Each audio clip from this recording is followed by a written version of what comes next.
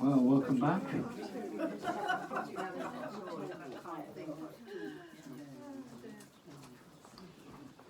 Let's move on from you have no way of knowing, but I offer you that as a very powerful way when somebody's coming at you with accusations and you know that they're not true. Anyway, here we go. Now this is what is known as a Gettier example. If you're doing International Baccalaureate, then you've got to know the objections to justify true belief. This is one of the standard ones. Dad's shoveling the snow. That's pretty obvious, isn't it? There's a guy who looks like could be a father and shoveling snow. But this is what somebody claims to know.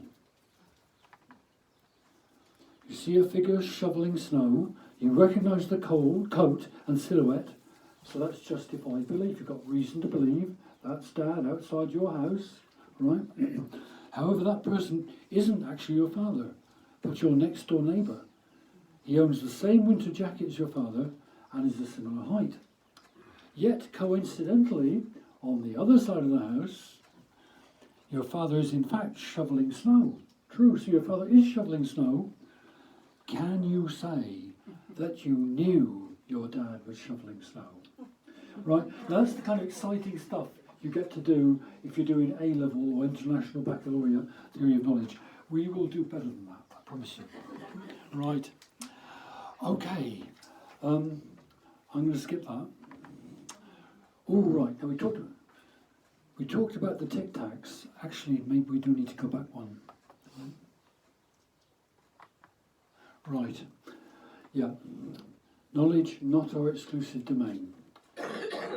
A shrinking pool of human uniqueness.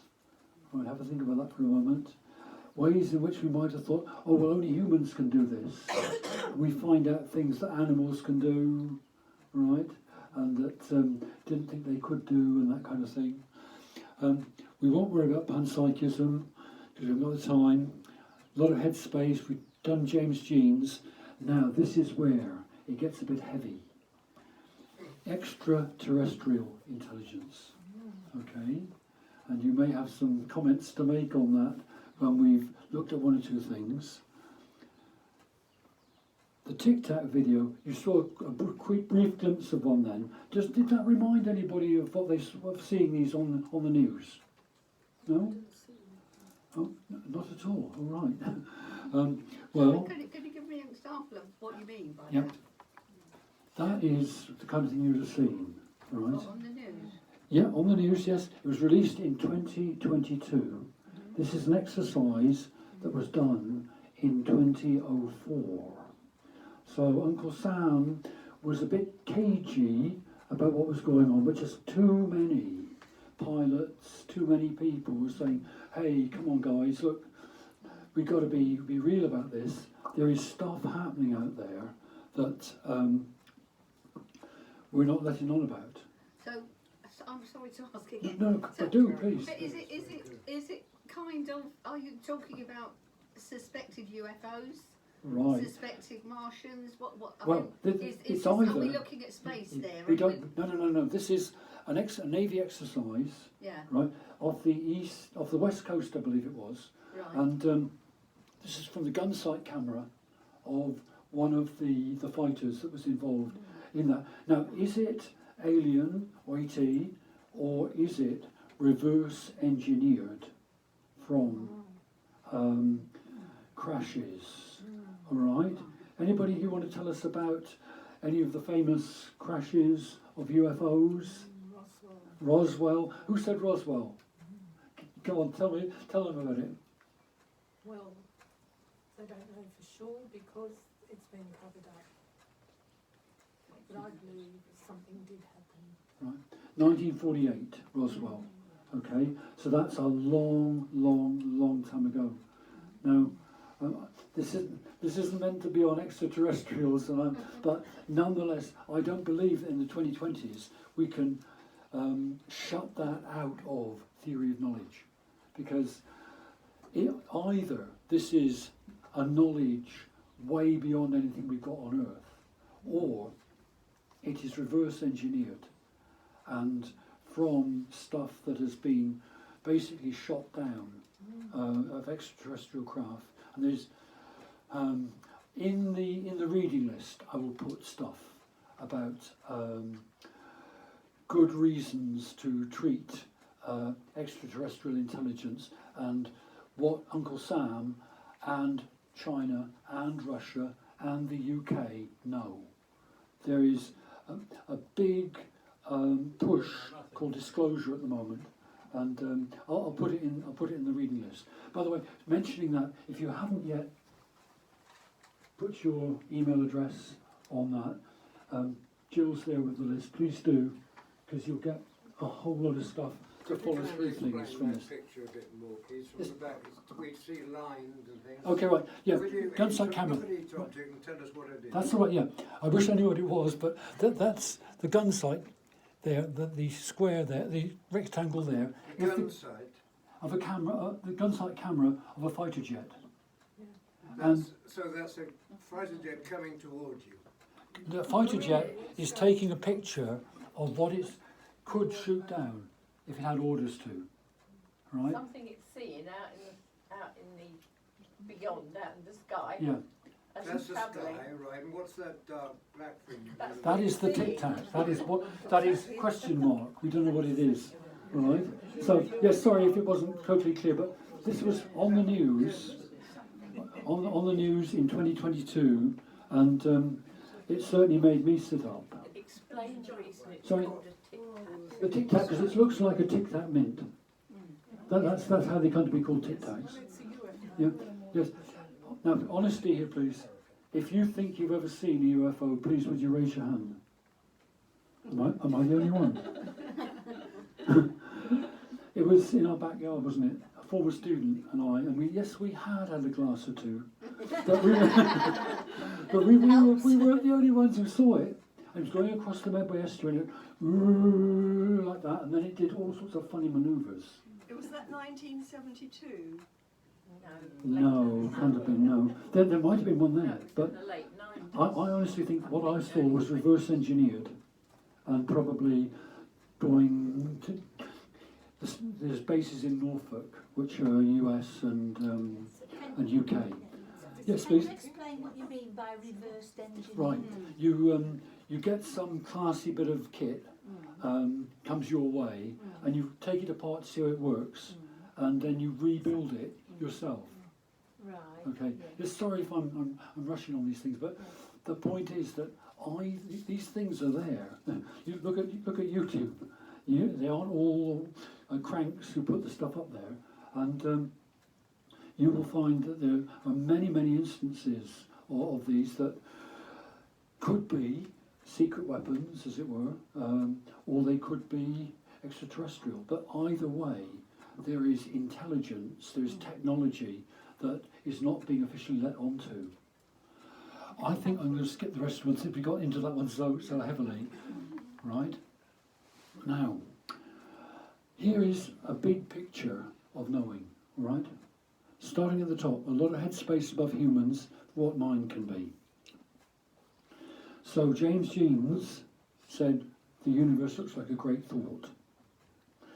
A technical term for that in philosophy is mind at large.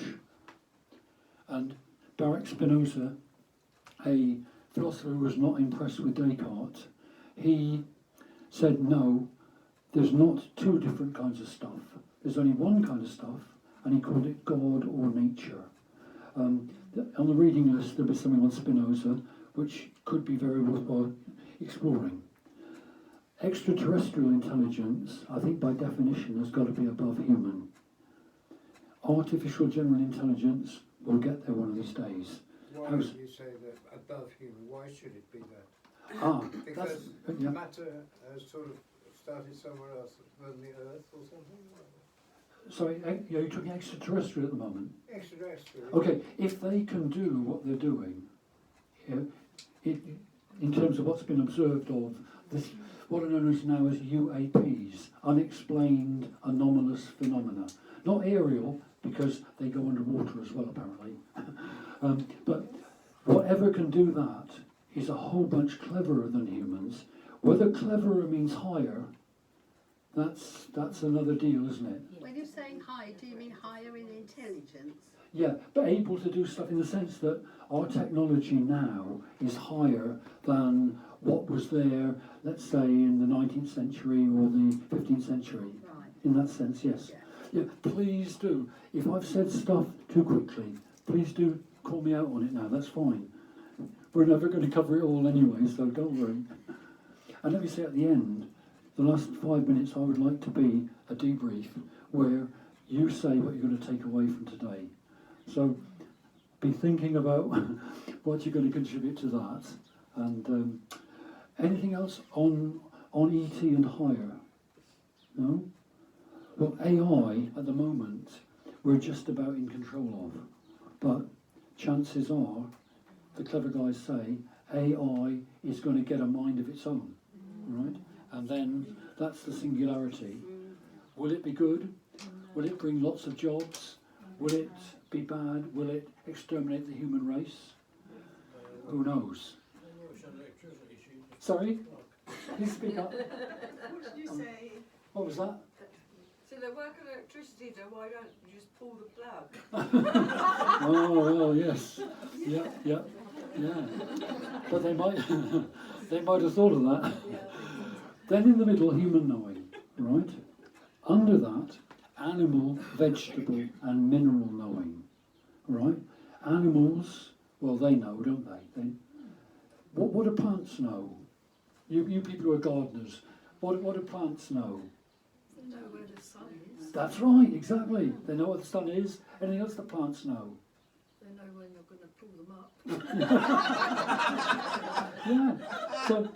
So plants can know. All right. Now this is a tough one. What can a stone know?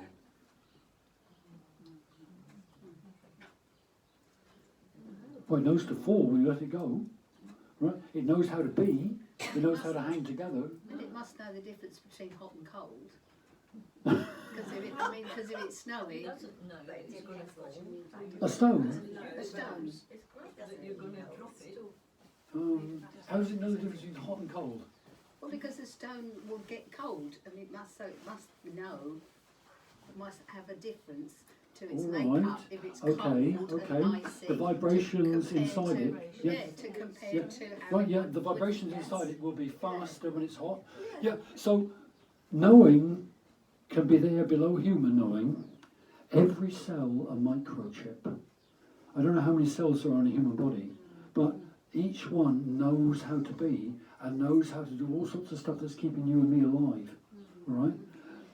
And then the universe is information. This is one of the sort of standard theories at the moment, it from bit, that is information spread over the whole cosmos. We can't know it, but that is one of the ways of explaining why things are the way they are. Now, here's a nice one, isn't it? A lot of headspace above humans for what mind can be.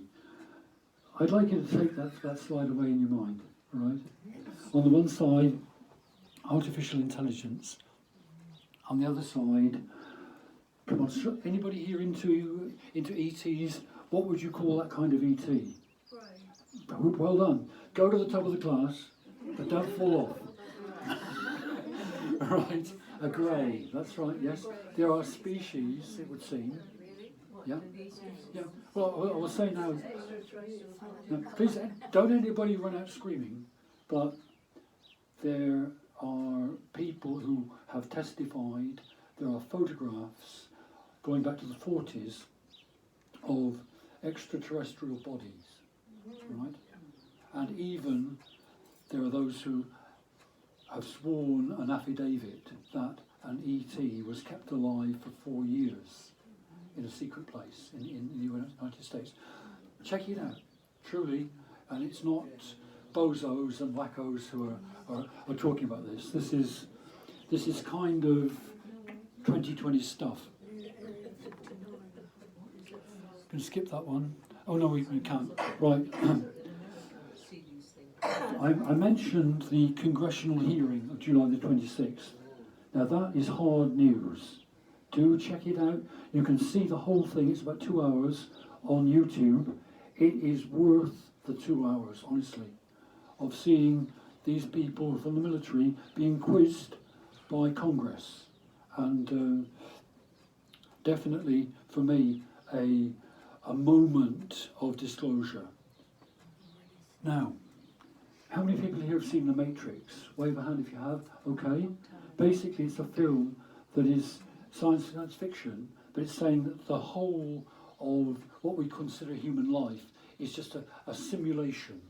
And it's in the Matrix film, it's there for evil purposes.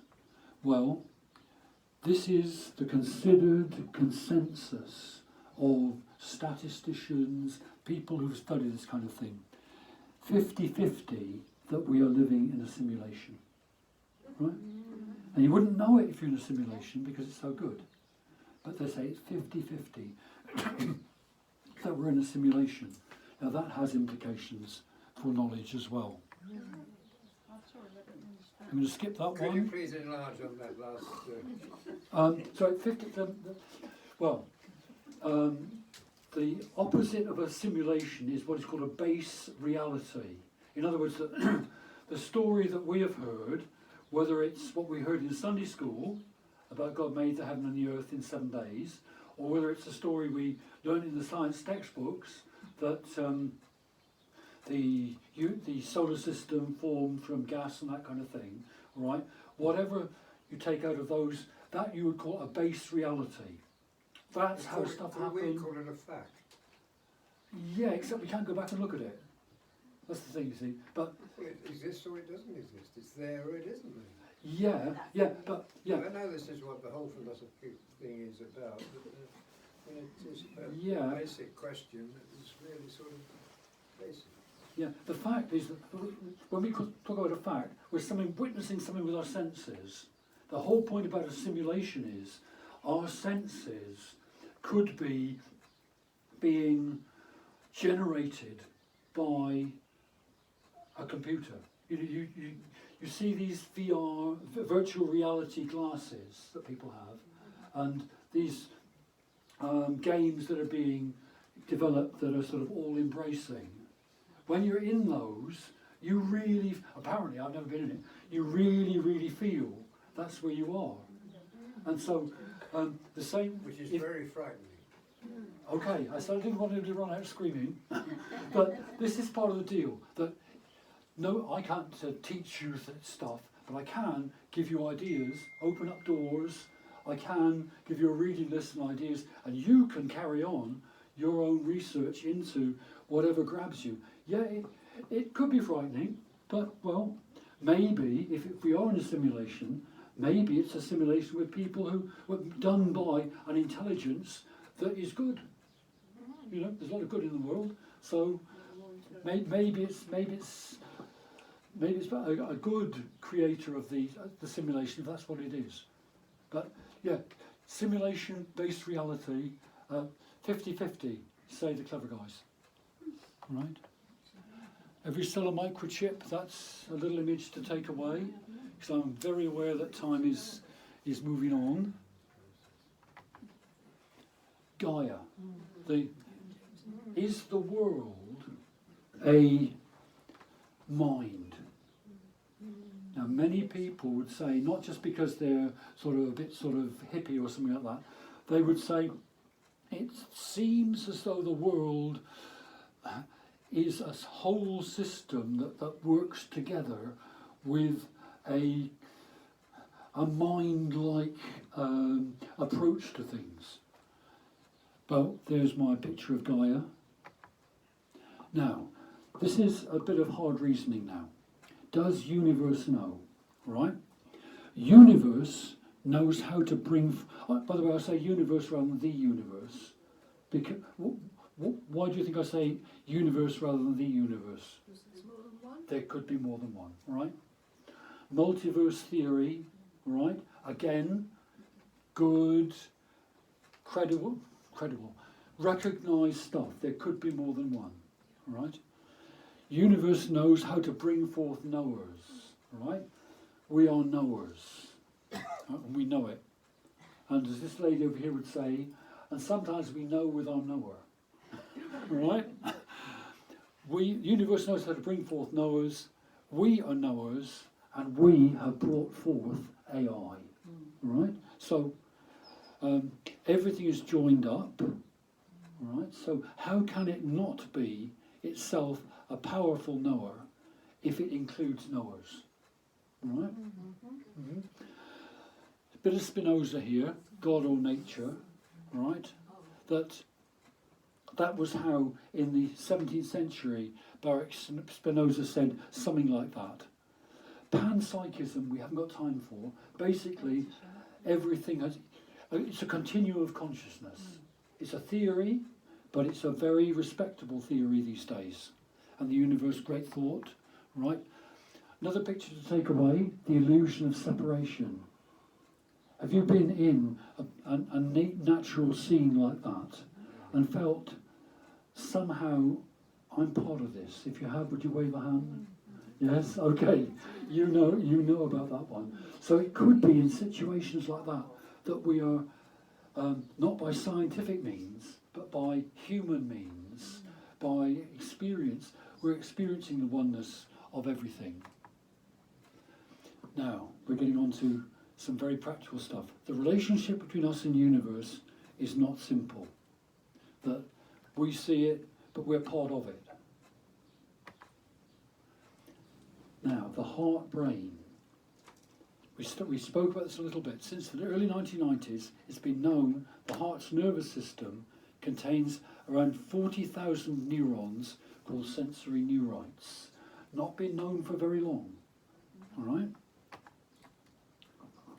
The heart is the most powerful source of electromagnetic energy in the human body, producing the largest rhythmic electromagnetic field of any of the body's organs.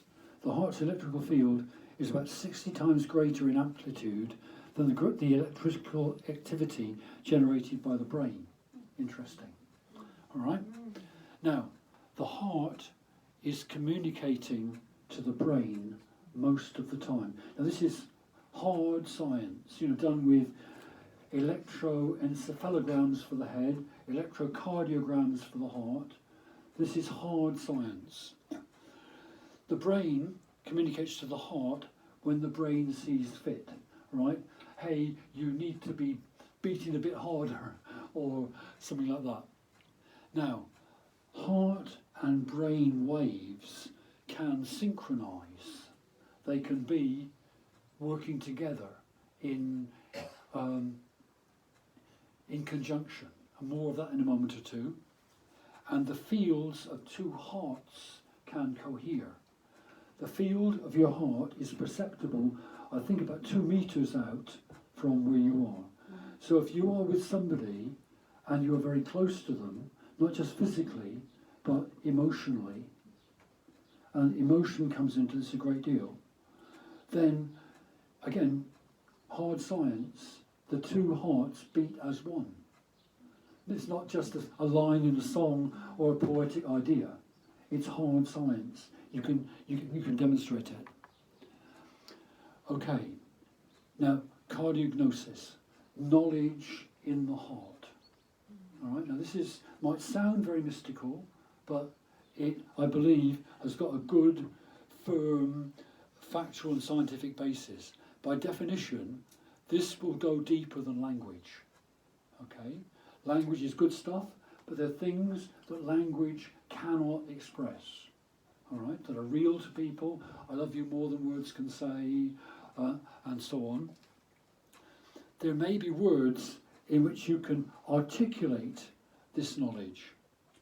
The EEG and the ECG will indicate heart-brain coherence, but the feeling of this coherence is identifiable. Now, from earlier on, I may not have put it very clearly. Is there anybody who's in this room who has consciously sought to have their heart and their brain in waves in coherence? If you have, wave a hand, would you? You have. All right. Could you say a little bit to people about it? basically, they used to say that we had a mind and then we had a body and we had a heart and we were all different, every part of us different. And it's taken 3000 BC was the yoga philosophy. It's taken all this time for people to actually acknowledge now that we're all one. And you can do it quite easily by looking at your breath, you can change your breath. And they're even interlinking now, if you do an in for 5, out for 5, you're actually linking with your heartbeat to calm you. So there's so much research now, but it fascinates me that it's been known since 3000 BC and we're now developing it, and it's so exciting. Now, in the reading list, I will give you links on this one, all right? If we're not going to do it together now. We could, but we're not going to. Right, but there are now I know you, but I've forgotten your name. It is Chrissy. Chrissy, yes, of course. What Chrissy was saying is this is something very simple. It is very, very easy to do. Did you put your hand up then? You did.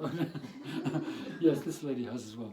Right, it involves touch, breathing, attention, directed emotion, and it can bring about heart-brain coherence in minutes, but once you know the feeling, which is hard to put into words, though I put it into words for me as I feel bigger on the inside than on the outside, right? But you must find the feeling and then find how you might describe it. But if you know the feeling, you can go there easily. But the first few times you might need to use the technique, and it'll be in the reading list. But that, I believe, opens up knowledge and ways of knowing that were definitely life-enhancing. Gut knowing, all right? The military always gets the stuff first, don't they? The first, what's it called, quantum computer in the UK. Did the NHS get it? No way, Jose. The military got it, all right?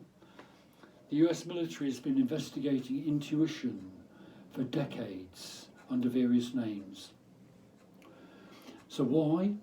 Reports from the field of a sixth sense or spidey sense of an impending attack or improvised explosive device. Responding to a novel situation without consciously analysing the situation. I just knew what to do, that kind of thing. There's not always time for lengthy deliberation, especially in critical or life and death situations. We sometimes need access to information in a lightning fast way. So this kind of stuff that might not seem very much like the military, they take it very seriously in the US. And you may be sure the Ruskies is doing the same. And I don't know about in Britain, but I'm sure they do. The term that is used is sense-making, which is a nice word. Jill and I, we aware that we're not as young as we used to be, we do learn a new word every day. All right? Anybody else doing that? All right. Well, here's your new word for today: sense-making. All right. Many accounts of soldiers returning from the Afghanistan and Iraq wars of gut feelings helping them save lives. The Department of Defence uses different names, like the Navy's sense-making. Many indigenous communities have relied on intuition for survival. Intuition of the environment of the earth are threats to humanity, says Dr. Dean Simmons. It's too bad that this wisdom isn't respected more, and that we do not look to the knowledge of those before us as a guide, as Chrissy was saying. That science is sometimes catching up with where indigenous knowledge has been for millennia. Nope. Nope. Nope. Nope. Ah, right. Here's an interesting one. We're winding down now, so get ready to share what you're going to take away from today. Knowing teeth. All right? Now, there's first-person knowledge, I, and third-person knowledge, somebody looking at me. All right? Are you happy with those terms? First person, third person. Right? Now, I reckon that each one of us in this room knows our teeth pretty well. You know, we know which ones hurt, we know which ones are good, which ones we might lose, and so on. And that's good. But a dentist knows our teeth in a way that we, generally speaking, don't. Certainly at a level that we don't, and I don't know about you, but I'm glad about that. Okay, each of us knows our teeth in a way that no one else can. All right? And we own that knowledge. What do you see when you turn out the light? Beetles? Sergeant Pepper? What do you see when you turn out the light? I don't know, but I Can't know it's tell you, mine. but I know it's That's mine. it. Right. Well done. 10 out of 10 and a smiley face. What do you see when you turn out the light? I can't tell you, but I know it's mine. Right? So there's first person knowledge, which is a special kind of thing. And although experts, and we're glad about experts, doctors, dentists, and so on, they know statistically, they know because they've got instruments, they know they can see stuff, but we know in a way that nobody else can, in a way that is absolutely ours. All right? So, interesting question at the end here. A mental process, the big name for that is the unity of apperception. Immanuel Kant, in The Critique of Pure Reason, a book recommended by a colleague of mine as an infallible cure for insomnia. Yeah. Anyway, a mental process unifies the sense data from our mouth, especially our tongue, into my teeth and the picture I have of my teeth, and how I feel about them. And decisions get made about caring for them or not. Right? Who or what makes those decisions? Descartes would say a thinking thing. Well, that's something for you to ponder. Who's making the decisions about your teeth? You don't Another think it can just be little what? explained- Sorry? You don't think it can just be explained chemically? Yes, it can be explained chemically, but is that a satisfying explanation for the decision? It could go either way. You know, that you put hydrochloric acid on marble chips and you know what you're going to get. But if it's a decision that can go either way, then I think it's a bit more than chemistry, right? Biochemistry then, what is actually happening within each tooth? Yes. What's Well, chemical? as Chrissy was saying, that looking at everything in the body as being sort of separate and so on is not the only way of looking at the body when you're looking for well-being. And I don't just mean individuals, I mean professionals. That the idea of looking at our bodies holistically is that's what I'm sort of urging towards in that question. Right? Can I just say, Yeah. as a dental nurse, Oh, right, yes. a lot of people make the decision or not that their teeth are not, don't bother with them. They'd rather not clean them, and they don't realise that that can have an effect on your heart. Right, yes, right. Right, indeed, yes, indeed. Yeah, yes, the teeth. Yes, thank you so much. Can I ask your name? Cynthia. Cynthia, thank you so much, Cynthia. Yes, the way that teeth can affect the whole of your body, yes, indeed. Oh, yeah. This is wind down towards when we do our debrief. Ramachandran again. This 3-pound mass of jelly you can hold in the palm of your hand, and it can contemplate the vastness of interstellar space, it can contemplate the meaning of infinity, and it can contemplate itself contemplating on the meaning of infinity. And every one of us here's got one. All right? Yeah? I hope that's a little bit of wonder that we're going to take away about however this brain has got here, however this mind that is associated with this brain operates, it can do some pretty remarkable things. Right, a pebble knows how to be. Aha! Click to exit presentation and cue yourselves. What are you going to take away from today? Who's going to be first?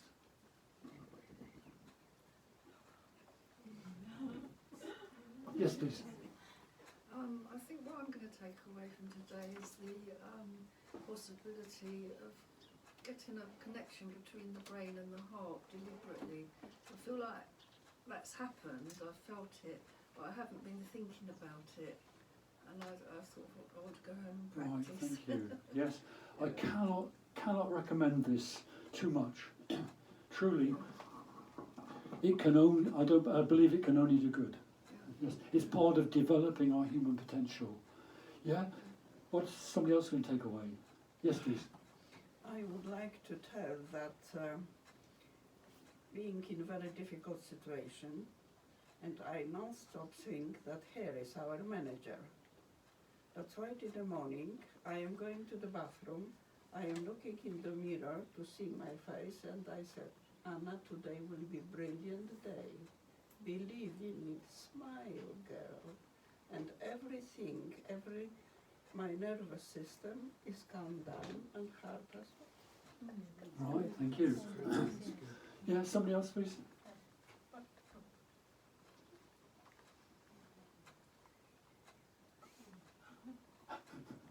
There's so much. I don't think my brain can take. Okay, one, yeah. As kids used to say when I was teaching second, my brain hurts.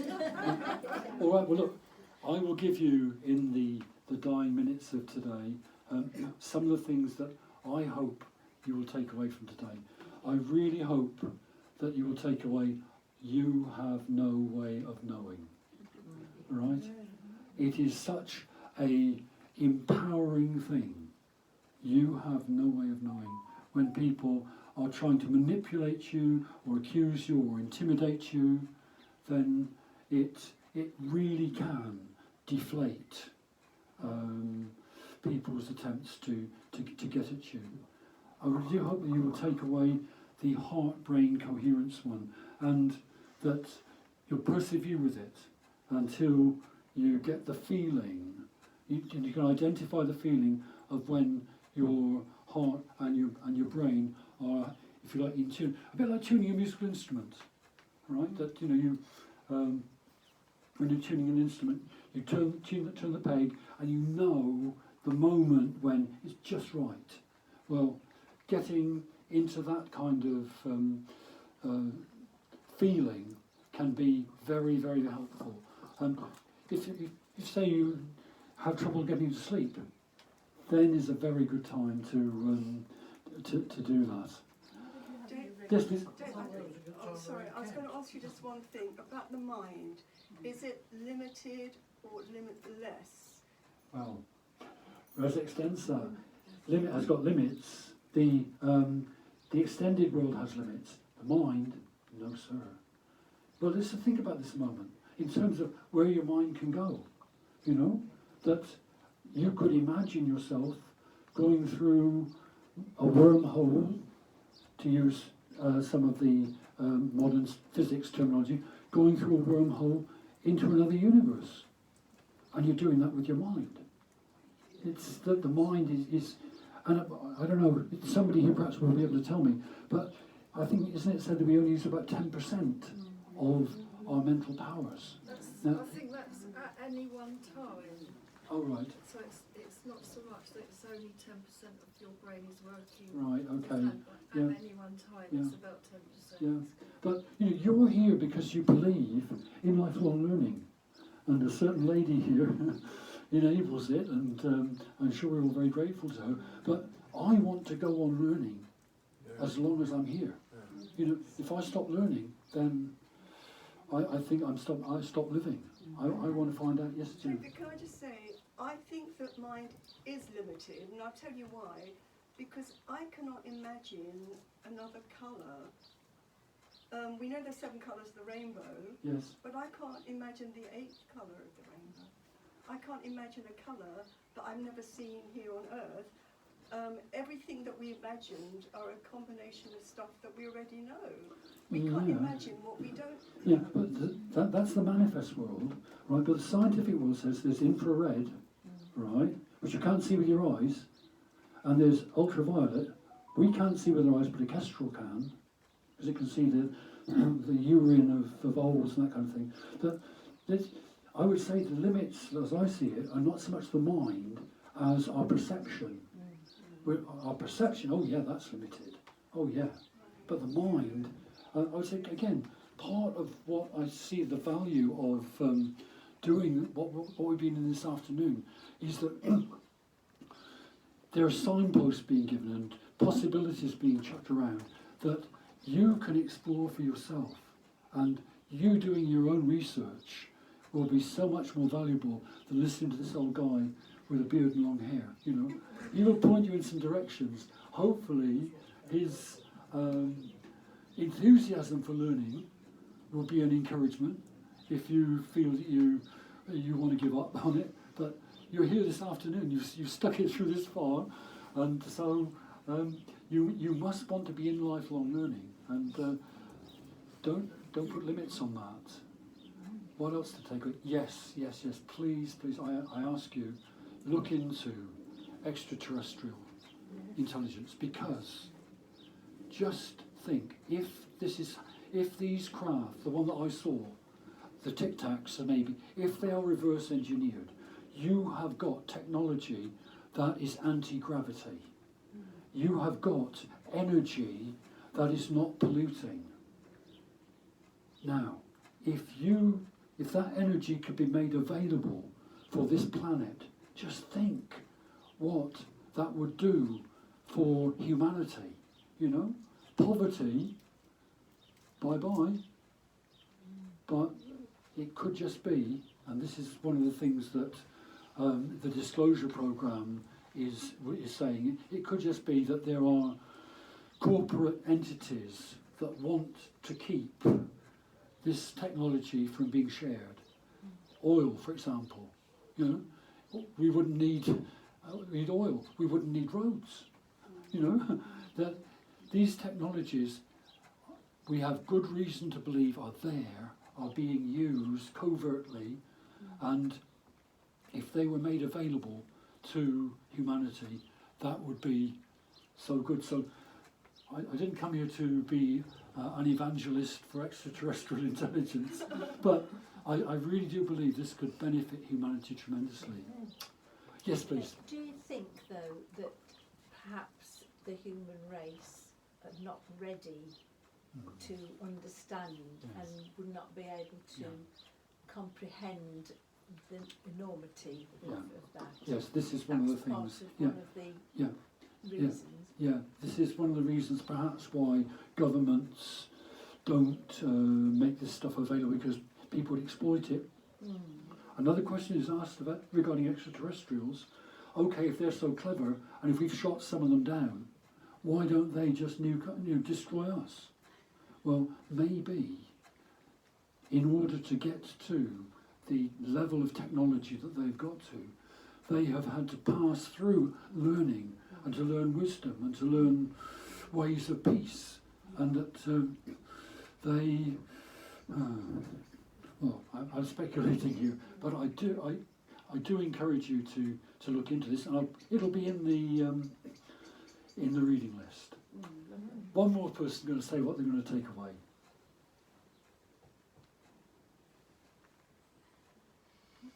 Yes. As a human, the most important for me is sentence. I think, therefore I am. And I am able to cope even with universes. Yes. Yeah. Right, well, thanks, Genevieve, for enabling today. That was really different, actually, this time.